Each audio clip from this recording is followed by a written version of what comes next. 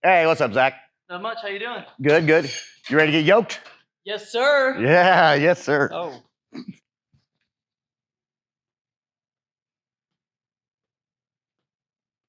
Bruh, we have a yoke.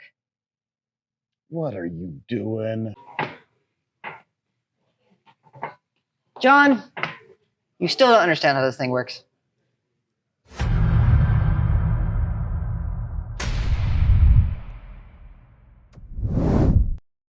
Here with Dedicated Health, and today we're going to be explaining the yoke. Now, it is pretty fun to use it with Zach included, but he's not always going to be here, so let's show you how to use it properly. So at first appearance, this looks like it is just a regular squat rack. And as John's about to show you, it can be used as a squat rack. That middle bar can actually be raised up so it's out of your way, but you can do all kinds of fancy squats and stuff like that on it.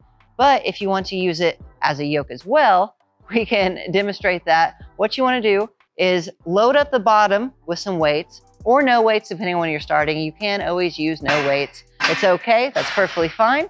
But you wanna make sure if you do use weights to distribute them evenly. Once you do that, you're going to go into the middle of the yoke, hold on to each side, place it on your back as if it was a squat bar, pick it up, and proceed to carry it out of the building. Don't actually do that, please, just carry it. And that is how you use the yoke. Thank you guys very much for watching, and don't forget the subscribe button. Until next time, stay dedicated.